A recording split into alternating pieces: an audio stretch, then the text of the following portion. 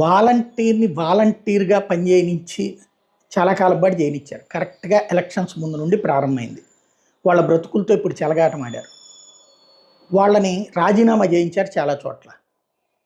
రాజీనామా చేయి మొత్తం 2.5 లక్షల ముందు ఉంటుంటే 1,00,000 మంది దాకా రాజీనామా చేశారట. ఈ 1,00,000 మంది పరిస్థితి ఇప్పుడు ఏంటి?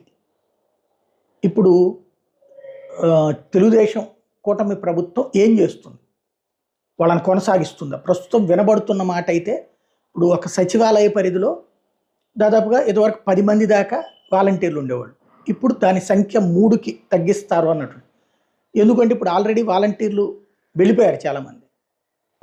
ఆల్రెడీ రిజైన్ చేయకుండా ఉన్న వాలంటీర్లు కూడా ఎవరైతే తమ మాట వినేవాళ్ళు, లేదంటే కనుక తెలుగుదేశానికి అనుకూలంగా ఉండేవాళ్ళు, జనసేనకు అనుకూలంగా ఉండేవాళ్ళని వరకు పెట్టేటటువంటి ప్రయత్నం. లోకల్గా ఎమ్మెల్యే బట్టి తెలుగుదేశం ఎమ్మెల్యే తెలుగుదేశం, జనసేన అయితే లేదా వాళ్ళిద్దరూ